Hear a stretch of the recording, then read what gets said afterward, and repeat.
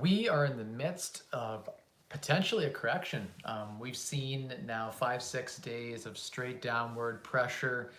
I am overly exposed, and I'm going to start with just saying this. I have lost $560,000. I've lost over $500,000 in the last 6 days. I was over levered and overextended against a lot of the tech plays, and it's going to get worse. Things like Elon Musk's most recent tweet, where Tesla has decided not to accept Bitcoin due to the gas and oil issues. Things like the current pipeline issues and the potential gas shortage. We're seeing in some places potentially $2 a liter at the pumps. So we don't know what's going to happen in Michigan here for Ontario. We may also be greatly affected. This is a time of opportunity, potentially. I've lost a lot of money and it's been hurting. My options trading strategy has gone in the shitter. So it's been terrible. I'm about to get assigned a whole bunch more companies. The market is making no sense right now. Like, Bitcoin has been doing fairly well, and I have been buying larger positions than I would like in crypto miners, and I've been doing a little bit of crypto mining myself. I'm largely bullish on it, and we're gonna talk a little bit about I actually want to hear your guys' opinions. What are you guys seeing on the streets? Mara dropping after hours might be a buying opportunity. Yeah, it's really bad. I've lost so much, and maybe there's more to go. I don't know. I've got a knot in my stomach from just watching a lot of the pain and suffering in my stock portfolio. I'm liquidating. We need a green day. It's been so many days of down that a green day is coming. On the next green day, I'm probably going to liquidate enough of my portfolio that I'm not over levered, not to a situation where I have overextended myself, right? So that's the risk. That's what I'm trying to avoid right now, is that overextension and being ready to buy those opportunities, right? I think that a lot of opportunities are coming, and a lot of the money that I've lost so far is just the start. It's wild. I was up hundreds of thousands of dollars in my portfolio in weeks. But it's we'll see. We'll wait and see. Usually things don't move straight down, right? They move in with bounces. So it might be a good time to get, to buy some puts, or maybe at the minimum, sell a whole bunch of calls on the positions in your portfolio. Get into a cash position to be ready for a dip. And so I'm gonna be profit harvesting in my stock portfolio. I'm going to be sorry, my kids are inside the door playing. What was I gonna say? Yeah, I mean, let's go to the comments for a sec here, and I'll jump back into what I was saying. Elon Musk about to hurt my wallet. It's crazy that one tweet, like Elon talks about not accepting Bitcoin temporarily until the fossil fuel crisis, right? Because they don't want to add fuel to the fire. That to me, it's crazy that a tweet, or like who even cares what Tesla is doing related to Bitcoin? I don't understand how that can have such a big impact. But yeah, I mean, it's just, to me, it feels like an overreaction, and it feels like with the price, what we see in the price of Bitcoin, what we're seeing in a lot of the mining plays, a complete disconnect. I don't understand how there was days where Bitcoin was up and the mining companies were down. Made no sense at all. Like, the primary business was to mine crypto, and days that crypto's up, which is a bullish day, the miners are down. Some miners are up, some miners are down. So Wall Street's all over the place right now. The thing to remember through all these times is that 5 and 10 years from now, if you're diversified and you own a basket of stocks, you will be further ahead than we are now, right? So the next highs are higher than here. The market only ever moves up for the last every market everywhere for thousands of years, it just moves up, right? We continue to find new ways to be more efficient, more innovative. Things move upwards. Investors need to get returns on their money. So that's something to keep in mind through every correction, through every down day. Just look at your portfolio and say, am I okay owning this company in 5 or 10 years? Do I believe in this company 10 years from now? Do I believe in X or Y, proposition? And then you can say, hey, here's the long-term approach. Okay, I'm okay owning this. Should I, part with some of it now maybe to, be sure I'm not overextended leverage-wise so I can hold? That's an important consideration. Don't overextend. Don't overlever, making sure that you can weather the storm, right? So don't overextend yourself, guys. That's really important. Well, someone jumps in and says all planned. I don't know about that. Probably pandemic. Who knows? I think that we give those at the top more responsibility than they actually have, and more control than they actually have. I think that's so many moving parts, and it's hard to control things. Okay, someone's jumped in here. I like this. What you're doing now is just speculating, aka gambling, although I'm not sure, trying to be smart about it. I know tons of people playing the game and I tune all of them out. Yeah, I mean, as well as I do, I'm trying to beat the market long term. It's a fool's game. Index funds are the way to go for long, steady growth. Well, I'll speak that real quickly, because what we do know is that mutual funds and active traders tend not to outperform the market 99% of the time. Something like 98%. 2% of traders do outperform the market. But yeah, by and large, you will not outperform the market. But if you're actively trading in a corp, you qualify for 12% tax rate. If you passively collect dividends or interest income inside of a corp, 55% tax in Canada. 12% tax, 54% tax. I don't have to outperform the market to outperform you as a passive holder. So there are advantages to an active options trading portfolio where you can make an active business, get some great deductions against that, build a business around your trading. That is impactful. That is how you build real wealth. And you can use leverage to effectively overperform long-term net of taxes. So there are advantages to actively trading, especially as you've built up some wealth and some sizable capital. And most certainly, I can outperform a basic index interest income type of strategy where you're, again, subject to really poor taxation. It's just not designed. The tax code is not good for people collecting passive income at higher levels. They prefer you to be actively working on businesses, and so make your investment into a business. That's what I've done, and that's why I'm so interested recently. I do know that I was up again. I was making well, the market was doing well, and even when it's sideways, as long as it wasn't trending downwards, I wasn't following my own strategy. I overextended myself. You want to hear some lessons? Let's give you guys some lessons of what I've learned in the last 3 months of actively trading. So one of the things I've learned is don't chase premium. Don't get greedy. Don't get into a position in a company that you don't want to hold for 5 or 10 years. Don't try to predict the future. Who knows what's going to happen in the future? I don't. It could rebound tomorrow and be a straight upwards. It's not looking like that. It's trending in a way that is pointing to, from a technical analysis perspective, that might be that we're pushing to a new bottom, but no one knows, right? Like, I don't have a crystal ball. No one really understands what's going to happen, right? Same with real estate prices. Like, do I know there's going to be a correction of 20% in real estate? No. I can look at demographic trends. It looks like if things continue and the government continues to print money, that real estate will be attractive.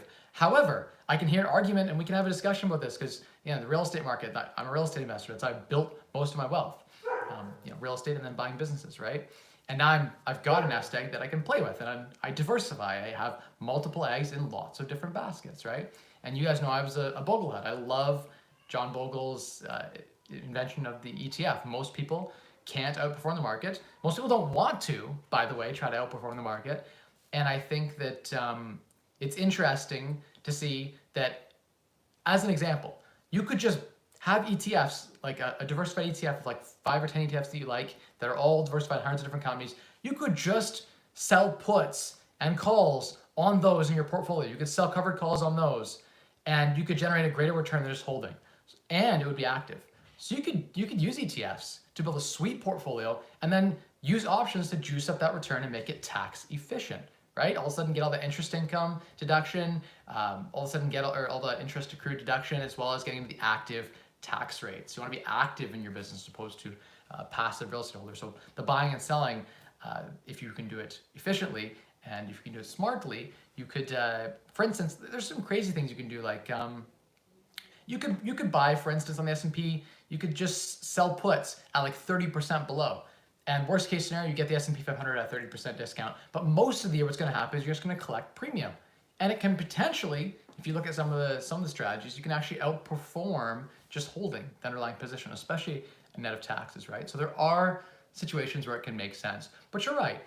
By and large, the best way to try to outperform the market, you know what it is? If you back test it, the only strategy ever is using leverage and just buying the biggest dips. That's it. That's the best way to outperform. Buy ETFs and basically you don't lever up until we're at a point where there's been at least a 30% correction. If you follow that strategy and you just were to not overextend yourself and use leverage whenever we're in a downturn, when everyone else is basically fearful, and one metric you could use is say, hey, it's clear to see when we're at what's more than a 15 or 20% pullback in the market. It's clear we're in a full-blown recession. That's the time to buy. Who knows what the bottom is? Start dollar cost averaging. Start buying.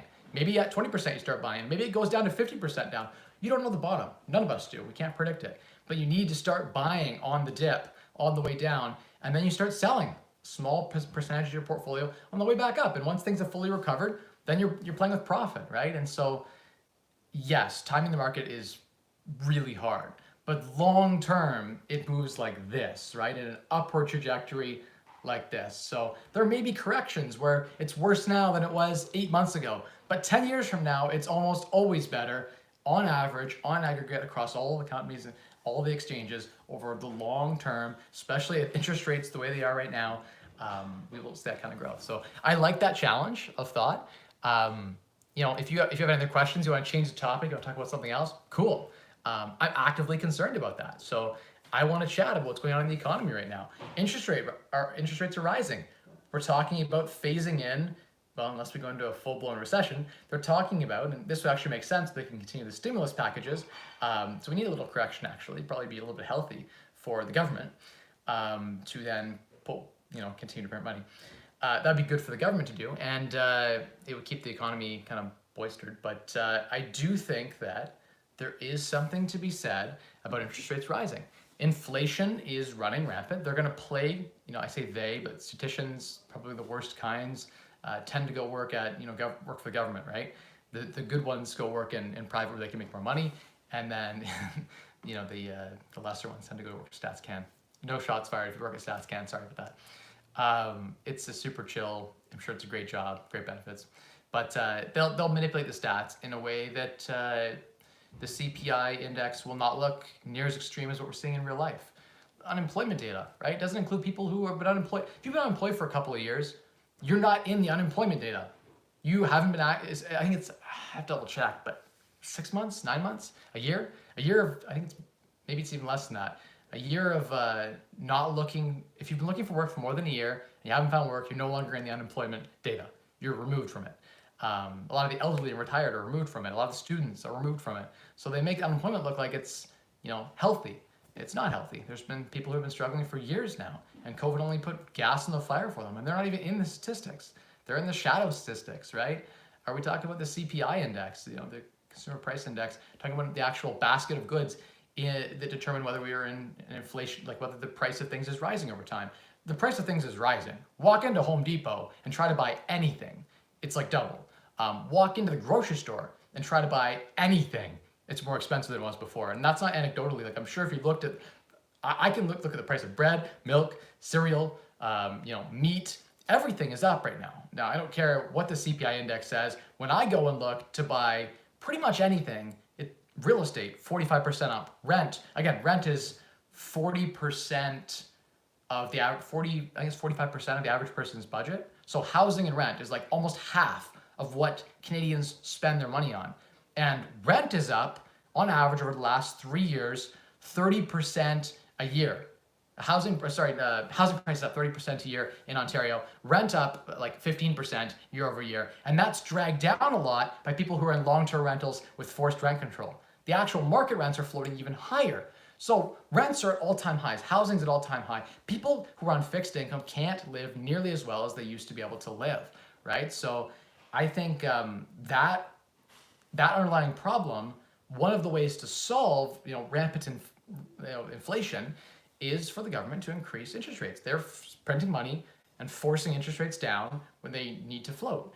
And so the result is the government will eventually have to step in and raise interest rates. And when that happens, that will crush the real estate market. So that's something to think about. It will crush growth stocks. And the inflation that we're seeing will also crush a lot of the valuations on companies we see in the public markets. Now, there are companies, I think, that will do well through all of this, right? And the most important thing to consider through any recession or any future planning is that and again, I don't have a crystal ball, so I don't know. I'm just speculating at this point, right? I think probably the safest thing you can do is build a diversified portfolio. I think you should have things like someone just mentioned crypto in the comments. I saw that pop up. You should have crypto in your portfolio. I think that there's a large movement of people and a large group of people that share a similar opinion that the fiat, petrodollar or the US dollar is fading as a world currency, and people would rather do business on the blockchain. They'd rather do it's open, it's transparent, it can't be controlled, you can't print the supply away. There's no currency differences. If you guys agree, hey, 100,000 Bitcoin or whatever for this, that's what it is. It doesn't matter what fiat's doing. You don't have to worry about two currencies in two different nations going sideways and trying to hedge against that when you're doing a deal. You agree in a different, universal type of currency. And so there are risk factors for crypto. I'm not going all in crypto. You don't hear me, just buying ETH and Bitcoin. And, I like Ultra. I think that Ultra, a good friend of mine, is following them actively. And I think they're going to steal Steam's game, like the whole gaming space, where you can basically NFT or build games on a platform where you can trade games on the blockchain. That's what Ultra's all about. And I think UOS is the token name. I think that's gonna take a lot of Steam's market share. That's a really cool project in the crypto space that has a lot of potential. There's lots of other examples like that I think are awesome, but I'm not putting all my money in that because, again, I'll give you some negative catalysts for cryptocurrency. The current oil crisis and gas crisis we're going into shortly. I think there's gonna be a real big issue with this, and that's going to put pressure on crypto. Another example is government regulation. Government says, hey, we don't like that when you send someone Monero back and forth, we can't tax it. The CRA or the IRS or any of those guys come after you, you have the wallet in your head, they can't get it. They can't tax it. I don't have any Monero, but for people who do that, and that's one of those ones that's completely offline, untraceable. You could trade murder like weapons or what, you can do anything you want and the government can't touch it. You can even do legal things like do business. You do $10 million in business with China and China can do business with you or whatever, some company from China, and you guys could trade. There's no currency issues. Government can't stop you. You can do whatever you want, pay no tax if you want to. There's nothing. That's a system that scares the government because they have no control, right? They can't put the brakes on. They can't pour gas on. There's no money supply there. They can't control it. They can't tax it. It's great, I think, for a free economy where humans aren't equal. And I fundamentally believe we are not all the same. We all have value. Every human has value, and I'm a capitalist, so I don't care if you're red, yellow, black, white, whatever. You have value, and the skin color, none of that matters to me. But what does matter is there are people out there who just leech into nothing for society, and in my opinion, they are lesser versions of themselves than they could be, and therefore are less productive than they could be. And they could change. I mean, we shouldn't knock that person. I grew up with nothing. I grew up in poverty. So I think we should give every ladder available to help that person climb from poverty. But I don't believe in taking from someone who's worked so hard everything they have and equalizing. That doesn't make any sense. That actually drives an economy of innovation and growth that pulls it to its knees. Communism doesn't work. Socialism only works when economies are very rich and have a lot of natural resources, and it's a temporary thing that doesn't lead to near as far technological and overall advancement of the society. People aren't driven when they look at their neighbor who's doing nothing and has the same as them. There needs to be incentive there. There needs to be carrot and stick, and I think that's just my personal ideological views and whatever else. But I'll go back to the comments here for a second because I like that I'm getting challenged sometimes. It's good. Okay. You're not a stock expert in the way that you are a real estate expert. I hope you go back to talking about your true area of expertise soon. I like that, Am. I think that, you're right. I'm not a stock expert by any means, but you don't need to be. You could just mimic the index, follow it, and get a great return. And using leverage, again, real estate isn't that attractive without leverage. That's what makes real estate attractive. Again, I have a competitive advantage in real estate, but when I'm looking at buying and holding real estate, and I've said this on my channel before if you've watched, but when I'm looking at buying and holding real estate, and I'm looking at right now in the market a 5 or 6 cap rate, right? Levered maybe 4-to-1 after you've tried to refinance. The appraisal never comes in at what you want. So let's call it 4-to-1 leverage on the real estate side. And then that quickly deteriorates, right? If you're not refinancing every year, you're not trying to pull that capital out, it eventually becomes 3-to-1 leverage and 2-to-1 leverage. But on a 6 or cap rate, you're looking at a 10% return on a buy and hold in real estate, maybe 15% here in my market. Real estate is no longer attractive in my market in the way that it was before. We've seen a 45% price appreciation. Before that, we saw 30% of price appreciation. So from when I started investing to now, we've seen like 100% change in the numbers. It's 100% worse than it was before. But the stock market is producing the same as it always did. So I can invest anywhere with quick, easy scale at large amounts of capital that I can't deploy on the real estate side. I can still pick up the odd real estate deal here and there under market value. I can still pick up, the odd flip where it makes sense, but holding that flip, and when I compare that to what I can do in the stock market with leverage, I'd rather hold equity positions than hold real estate right now. That's what I'm seeing. And so it doesn't mean that I don't still love real estate. I'm still acquiring where there's deals. I'll buy anything that's under market value. It makes sense.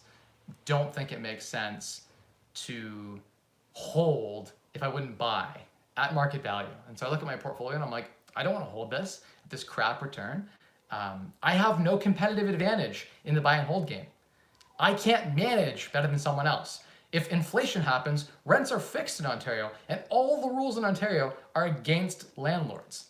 We can't evict for a year if someone stops paying, right? There's issues around that. We can't raise rents more than, actually it's rent freeze entirely because of COVID. I don't know who knows how long that'll last, 2 years, 3 years? If we get a socialist government, they might say, hey, don't pay a landlord at all. Who cares? Forget the private landlord.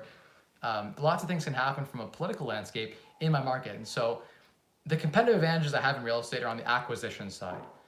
In turning around an asset, that's where my competitive advantage exists, right? And so I've more recently studied my own portfolio, sort of back testing, and realized that I made all of my money on the buy and the fix and the turnaround, and then the hold I made almost no money. So why was I holding? I was trapping equity and capital, and I got lucky as well. There was some appreciation there. So it made the hold game a lot better than it should have been. But in a balanced market, the hold game was where I made my mistakes. That's what I should have been doing. I should have been turning around the property and moving on and deploying the capital again somewhere else, right? So yeah, am I a stock expert? No. I'm no more stock expert than anyone else. And no one else on Wall Street has any idea either, to be honest. Like I got friends who are, you might call expert traders, so to speak, and they don't know anything either. Like their portfolios don't beat the market either, right? We all end up similarly compared to the market. So that's probably the best way to do it is probably just to look for companies that you like. Like I picked 50 or 100 companies that I like, and then say, hey, look at the financials in those companies, look at what analysts are saying about those companies, and look for opportunities to buy those at a discount, build your own portfolio, and if you can actively trade it, then it becomes tax preferred. You could also, if you didn't want to do that, just do an ETF portfolio. Buy a bunch of ETFs, be super diversified and balanced, and ride the market. Most investors don't beat the market. Ideally, you'd be options trading on those ETFs so that they're active income and you have an active preferred tax rate. But yeah, it's interesting. I've come across some traders who, for the last 15 years, have outperformed the market. Again, even in a huge bull market. So it's hard, right? A lot of them did become liquid through each recession. And that's been, of the people I know that have beat the market consistently for a long time, that's been a cornerstone. It's like the one thing I see among those people who are outperforming is they tend not to over-lever, especially when times are good. They're like, whoa, I'm pulling back on the debt. I'm putting the brakes on the debt. It's available. It's here for me to buy the dips, but I'm not buying until I see a major correction. Until I see blood in the water, screaming on the streets, panic on the news, that's when they pull out the leverage. That's when they start buying with all the credit they have available in their portfolio. So that's probably the most prudent advice I could give you. But again, I have no idea. Like everyone on here who has YouTube channels that are talking about, they're jumping on here and they're saying, hey, like this is the stock to buy, momentum traders, technical analysis traders. No one has any idea, right? We try to follow trend lines. We try to make our best guesses, but it's, in my opinion, no one really knows, right? So the goal is to ideally match the performance of the market, but do it in a way that's tax preferred. Okay, I'm gonna get to some of these questions. I see a lot of them popping up and I can answer all of them in a second here. Let's see if we can blast through a few of these. Buy oil. Yeah, I think oil futures are probably crazy right now, if I had to guess. Okay. Kevin O'Leary talked about this. Huge issues of Bitcoin mining when it comes to environmental and human issues related to Blood Diamond Institutes want to know. I haven't followed that a ton, but yeah, that would make a lot of sense. Bitcoin is mined. Yeah, that's just true, but there's a finite amount of it, right? And so you can only mine so much, right? You can't continue to print as much as you want whenever you want to suit your economy's needs. G. Campbell says, I'm new to trading and lately being taught a lesson. And there's great lessons to learn about overextending yourself. A lot of traders, myself included, I was just trading with I had some friends who are trading with me and they'd send me a trade, like, dude, this down like 12% today. It's gonna rebound for sure. Just pick some up. And I'm like, okay, I'll pick a little bit of that company up, or okay, I'll sell some puts on it, whatever. Then I get a sign and I'm like, oh, I'll just run the wheel. And then it tanks, right? And now I'm stuck holding shares in something that I didn't want to own. I did very little of that, but those types of mistakes are what you want to avoid, right? You want to build a very balanced portfolio. Don't double down or quadruple down. Don't get too heavy in any one sector, in any one company, right? You want to spread yourself out, be very diversified in your approach, right? And those are all basic noob mistakes that you make when you're trying to build a portfolio. Crypto are not investment, it is speculation. So it really depends on the way that you're coming about it, right? So my approach to crypto has been to buy the hardware and process the transactions. The hardware holds its value. So if I'm investing in the actual hardware, like the graphics cards and the compute power. Okay, sorry about that. Someone's trying to call me. Of course, they don't know that I'm live right now. You guys hear me? Am I live again? Speaking of, that was actually one of the people who's here to check on one of my rigs having a technical issue. So it's funny that they're actually at my door right now and they don't know that I'm live. So that's my bad for not sending a message, but I would thought they would have remembered from last Wednesday. One thing I will say is crypto, I think, is going to change the world. I think that we are going to move into it will be a digital cryptocurrency in the future that we use. So 10, 20 years from now, the only thing I'm going to regret is not buying more Ethereum, Bitcoin, etc. But I'm going to wait for the next dip to really buy much. Again, I'm investing in the hardware right now because that ensures that I don't lose money, right? Anything I mine, 100% profit. I just hold that, keep it aside. Right now, I'm mining 20,000 a month Ethereum if you convert it to fiat. So it's just a little pet project I've got going. It's not gonna move the needle. The hardware could blow up tomorrow, who knows? May sell it at a loss. Anything could happen, just a little experiment. But I've been having fun with it. I've been dabbling, and that's been my sort of crypto exposure more recently. And up until even this year, I was very bearish on crypto, and I've looked into things more, talked to a lot of people in the space, and I'm like, okay, and looking at market sentiment, I think it's now becoming part of a portfolio the same way gold or silver is part of a portfolio. What I didn't like about gold and silver traditionally as part of a portfolio, is the greater fool that you have to sell it to someone else. But with crypto, you can actually stake it, you can lend it out, and you can make great returns while still holding it and enjoying all that appreciation. You can lend out that currency. You can't lend out your gold. If I could lend my gold at a 12% a month, a 12% return or something, that would be cool. I don't know of any opportunity to do that. If someone knows how to lend gold for money, I'd be interested in that actually. I like gold as a store of value. I like Bitcoin as a store of value. But I think that the biggest challenges have been that you couldn't, in crypto, you can hold your altcoins and those projects you like, and you can stake with it, and you can collect a nice return. So that's something that's nice about it. Again, I don't think that what I would say is this, there's huge volatility, and it attracts speculators, like Dogecoin as an example. I have no interest in Dogecoin at all. It's a joke meme. But just like GameStop is a joke of a company at its current valuation, I think that there's a lot to be said about the market sentiment, that they have a lot of eyeballs on them. They have a lot of, capital now. It's become top 5, right, of cryptocurrencies. That the power of the people, that is power in and of itself. So Dogecoin is shit. It's a joke. But the attention that it has around it could be used to do some real good. Could use that capital to fuel something technologically that could advance the space in some way. And I don't know what that is. I have no Dogecoin holdings at all, but I just think it's fascinating to watch on the sidelines these pumps and busts. Like, crypto is currently that thing right now. Before that, it was pot stocks, I guess, was the thing before that. Now, there's always like little cycles, right, that come up and come down. But I think that long term, we're going to see that it might be a bubble right now. I don't know where it tops, but at some point there's going to be a correction. And so I'm waiting for those dips to have a small percentage of my portfolio into those types of things. So. I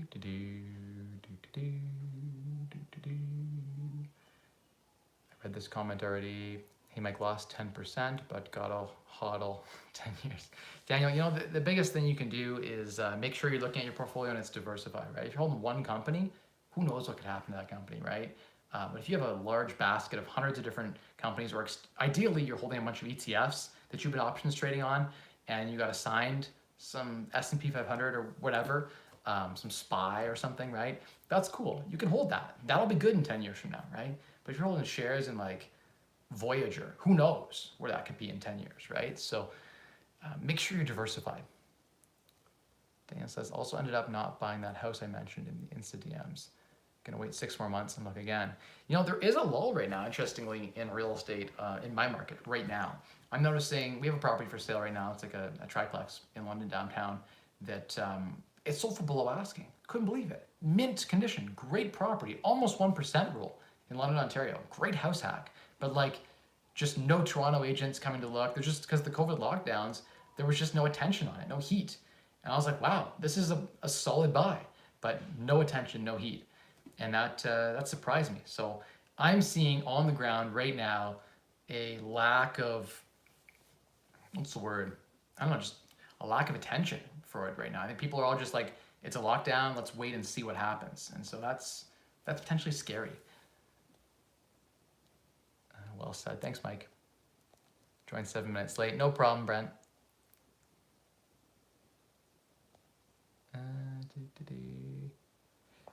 Diversifying is not a shield when the market crush you also.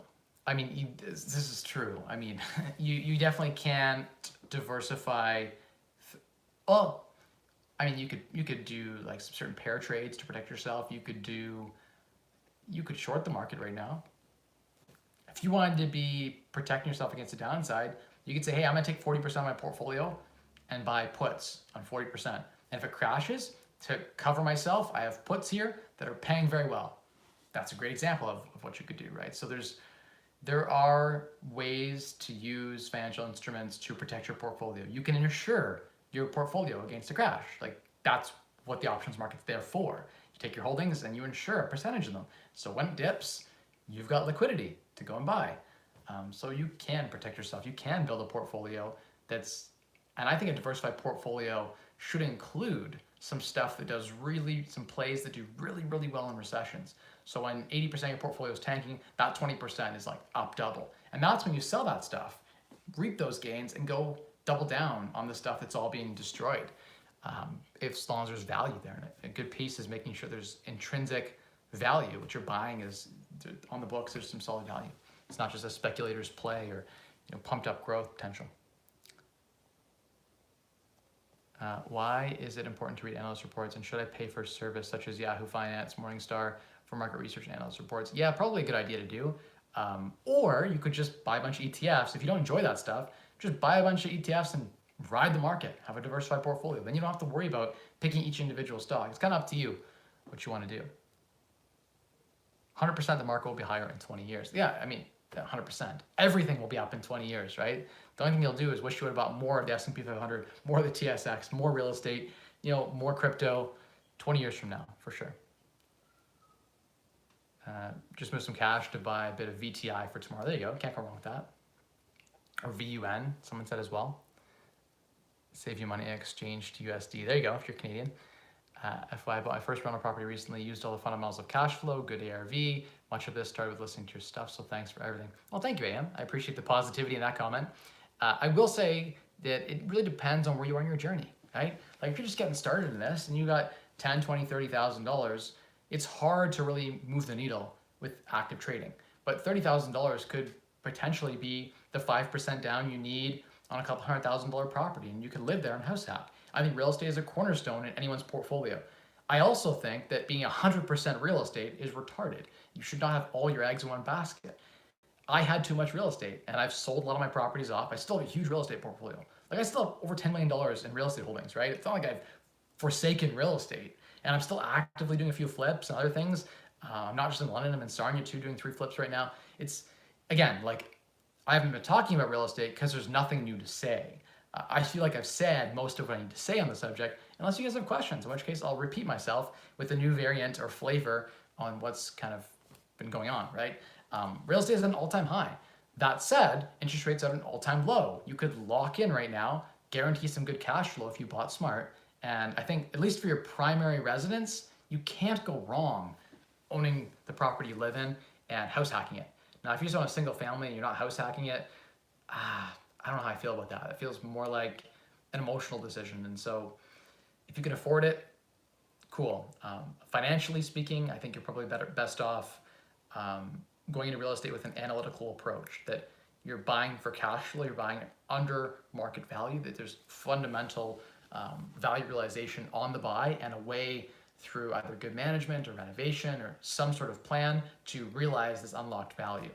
That's when it's great. Yeah. There you go. He's in the US. So that's why he's buying VTI. Crypto is a great hedge. I don't know.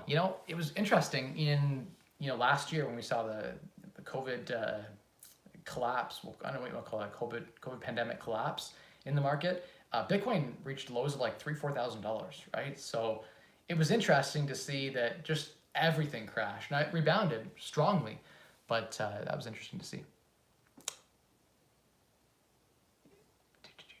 Well, real estate, you can create value. Hard to do that with stocks.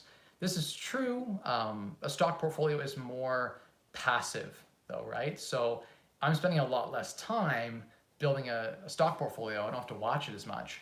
Whereas if I'm, doing real estate, then my phone's ringing all the time. There's more stress, I think, to doing active real estate, and it's more of a business than what stock investing is. I can go into stock investing for a half hour every day, and I could do most of what I need to do. I can outsource it all easier. I can scale a lot easier than I can with real estate without building a business. And a business comes with a lot of stress and headache, and I think this just, I don't know. I like both. I'm not one over the other, but I think that the leverage, the fact that I can go in my Interactive Brokers account and buy REITs, so I can buy real estate and REITs that are levered 2-to-1 already. So if the market goes up at 10% appreciation, then I get a 20% return from this REIT. And I can buy that REIT 3-to-1 levered at a prime minus 1% interest cost. If you have a couple $1 million, Interactive Brokers, the rate starts at like 1.5% and gets down to 0.5%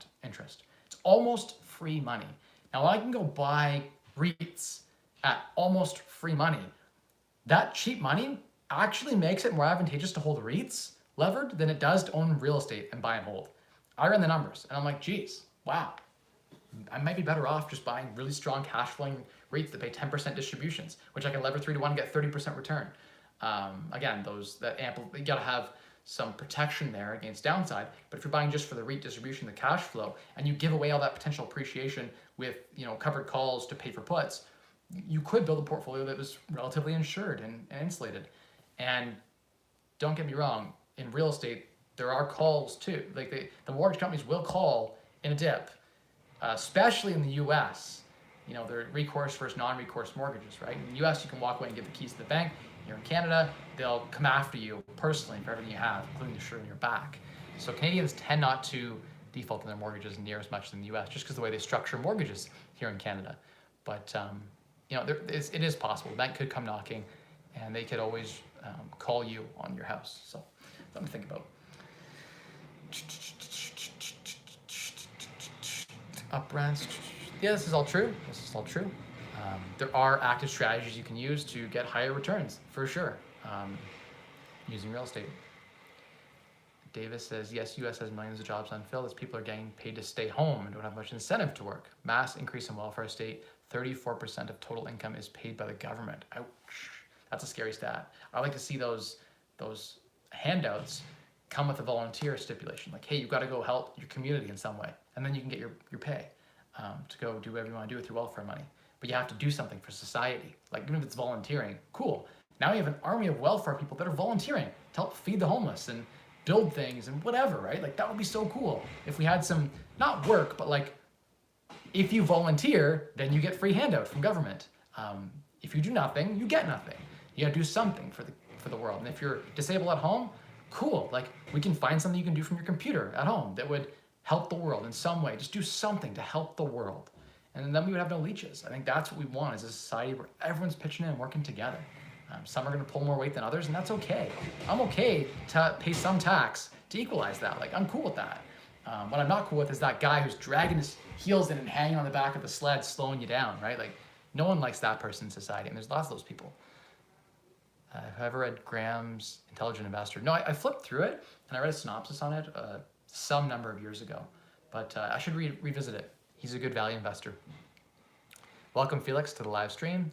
How do you set up an actively traded company in Canada? So again, talk to an accountant and a lawyer, but you'd have to create an active company. You're doing a lot of active buying and selling, right? And you're using options to basically build a business around trading. You might need a secretary to help you with the bookkeeping. You might need someone to help you with your research and your trades. But you could build a business around it, and then you have legitimate expenses, and it could be great. You could do the same thing with lending, as an example. I could use my network to fund flippers, and I could get 15% returns funding first mortgages. And that's a competitive advantage that I have, and it is something that I do as well. It's not it's not preferably taxed, unless I had a team of people and a lot of capital to deploy. I'm not there yet. At some point, I'll have Rosehart Lending. Like, it'll be Rosehart Lending Company. It'll be active business that is actively checking out projects, doing appraisals, checking out the status of completion on the projects, funding those deals. That would be a cool business that I would like to get involved in, when the capital is then creating jobs and building a business. That's the kind of lending I want to be in. That's utilizing real estate in a more passive way than owning rental properties. And it's not passive, it's an active business. You need employees and staff, but it's hard, I think, to make a great return on buy and hold real estate in this current environment. The Residential Tenancy Act here in Ontario it honestly is sort of a profit sucker. And it just is making it so that I don't want to own property here in Ontario. More and more I'm getting towards that. And I still have 20 properties left. I will continue to sell a few here and there. I'm not an all or none, like my all or none approach, while I sometimes sound like I'm all or none, I always step back and I'm like, I'm gonna take a little bit of profit off the table, sell a couple of properties. If I like something, I'm gonna buy some, but I don't go all in. So I'm not gonna sell all my real estate just because the market isn't conducive in the way that I might like to the growth that I would like, right? Or to the profitability that I would like. But I'm moving towards a situation where I want to be more passive. And that means that I need to rebalance my current wealth. Move to BlockFi, collecting 4% APY, still mostly invested in real estate and stocks. This person says, I see short term, Bitcoin ETH, we will see where it goes. When filing 2020 taxes, software asset invested in crypto, seems like if you sell, you get taxed. Yeah, I mean, crypto is just like any other stocks. Like, you'll pay a capital gain when you sell, for sure. Knowing what you know now, the current market conditions, that would you do to get financial freedom the straightest way out of uni? So I think the question was, what's the fastest way? And it really depends on your interests and your commitment level. I still think that you can build wealth faster, actively acquiring and flipping real estate, doing some buy and holding, yes, etc. and so forth. I think that that's still probably the fastest way, or buying a business. like developing some high income skill and then exploiting the hell out of that using leverage. That's the best way to build wealth. And so I would still use real estate to build my wealth. But now that I've got a good nest egg, there we go. Whoa. Ah. Okay, see me? Hear me? Oh, it's frustrating. It's a pet peeve of mine. It's a big, big pet peeve of mine. Or was I talking? Here, still getting ravaged. That's what happens when I answer the phone. It cancels out of the app, and I try to get back in the app, and it's like, oh, sorry, you're not live anymore. I'm like, yes, I am live. I have a rinky-dink operation, I'll be honest. It's embarrassing. But it's so easy to stream from your phone. It's so much work to set up the iPad. I should just set it up and leave it in the room, and then I won't have this issue. If you're going to teach options trading, what would you do? So Felix, I don't think that 5 or 10 grand is really worth your time, unless you just want to learn for fun. But I expect market returns. Like out of my portfolio options trading, I expect to just do the exact same as the S&P 500. I try to reduce volatility ideally. I'm not accomplishing that very well right now, but that's the goal, right? Is to basically get market returns. So on 5 or 10 grand, 10 grand at 7% a year, that's $700. Does $700 a year move the needle? No, to put in something passive and wait till you have a sizable amount of capital that's actually worth your time. The amount of risk you would have to take to get the kind of returns that, to make the kind of money that has a meaningful impact on your life, you have to take too much risk. So I would say people starting out with very little capital, dabble, sure, have some fun with it, but go in with the expectation that you will not beat the market, that you might for a short time beat the market, but the market will always catch up, and most people can't outperform the whole market. You can get lucky for a while, but expect if you're diversified and you're doing it properly that you'll just do the same as the market. And that's okay. Like if that's at my level, that's what I'm trying to do. I'm looking for something passive. And if you are a doctor or you're, a stock guy looking into real estate, when you get your first tenant calls and they're pestering you at 2 a.m. about a toilet breaking, and then they take you to landlord-tenant board, you have to go to court, and then the city comes at you because they see that there's refuse from the tenant on the property, and then the city fines you and say, hey, you got a rental license. We need drawings. We need to have inspections, fire inspections. By the way, your tenant's not complying. We're going to fine you, even though your tenant's being an asshole. When you go through that experience and you have to fire your manager because they're useless, that's when you realize real estate's shit in comparison. The time, if your time's worth anything, real estate's a very, very hard business to be in, especially in the B, C, and D tier properties where there's the most value add to be made. In the properties that are neglected, in the properties with the bad tenants, that's where you make most of the money, right? You take over those headaches and you turn the property around, that's where you can make the most money. Unless you're a speculator, in which case you just buy properties in great locations that are awesome and it's all rainbows and sunshine, in which case you don't get a good return. So there's lots of ways to do real estate. You can look at all the different flavors of real estate you can buy. You can look at a commercial, industrial. I haven't seen a great return in anything commercial or industrial because the financing terms are not favorable, as well as just the return on investment isn't great because a lot of that commercial stuff is bought by large institutions and they're driving the cap rates to the ground. So I just haven't seen it where it's made sense, but there are opportunities out there for sure to add value. And if you can find a commercial tenant, which is like impossible, but if you're good at that, you can find some commercial anchor tenants and turn a commercial property around. You can get the same amount of money in a commercial space with a lot less headache than in the residential space, especially if you're dealing with the B, C, and D tier of tenant. So that's my thought. Diamond hands all the way. I'm not selling until I become a billionaire. I like that.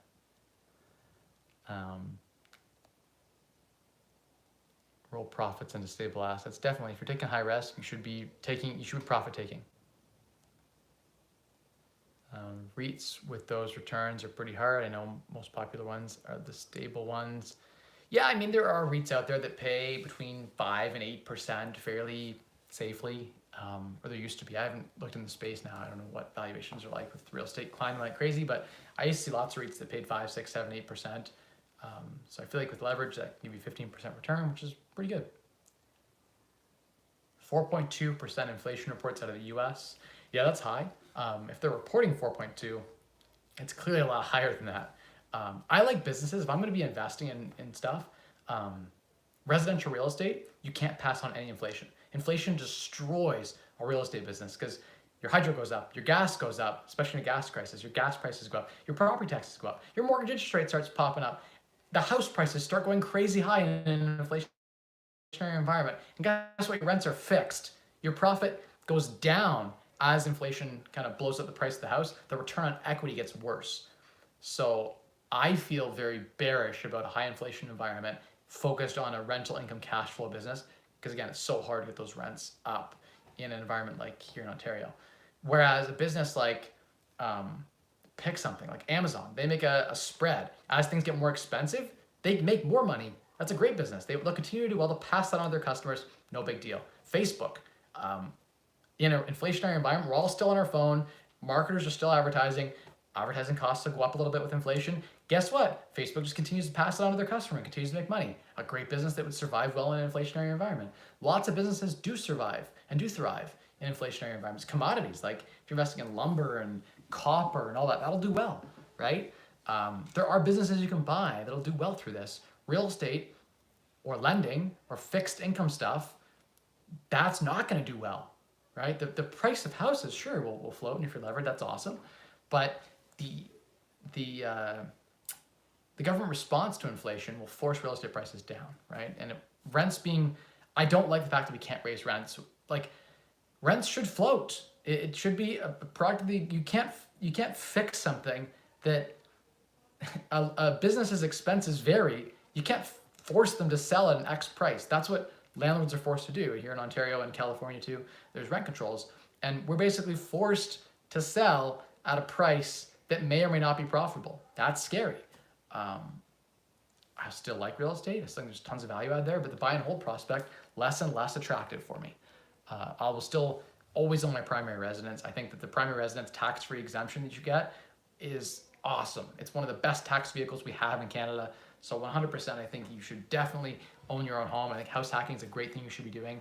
I think that, maybe 1 or 2 rental properties would be great. Ideally, they're Airbnb, so you can float. As prices change, you can increase the price to make sure you have profit. Short-term rentals, medium-term rentals, student rentals, again, you can pass that on to your customer. Long-term rentals, where they're on leases and they're locked in, good luck trying to get the tenant out. Good luck trying to get your rents up as inflation runs rampant, right? Or as interest rates, rise, and you're stuck with huge mortgage payments, how do you pass that on? You can't. You're forced to sell, and everyone's selling at the time, so prices will be down. That said, I still believe strongly in the Canadian real estate sector, so I don't think we'd see a huge price correction. I think we'd see a flattening where there's no appreciation. And in those situations where there's a flattening and it's soft, I'm not as hungry for the buy and hold. Appreciation is a big piece of the overall buy and hold strategy. And in a no appreciation environment, it's less attractive when there's already very, very suppressed cash flow cap rates. That's awesome, by the way, Mastery. Good to hear. That's some sweet success. Interactive you should be able to set up an account. I don't know why you wouldn't be able to. You can do it in a corp in your personal name, etc. and so forth.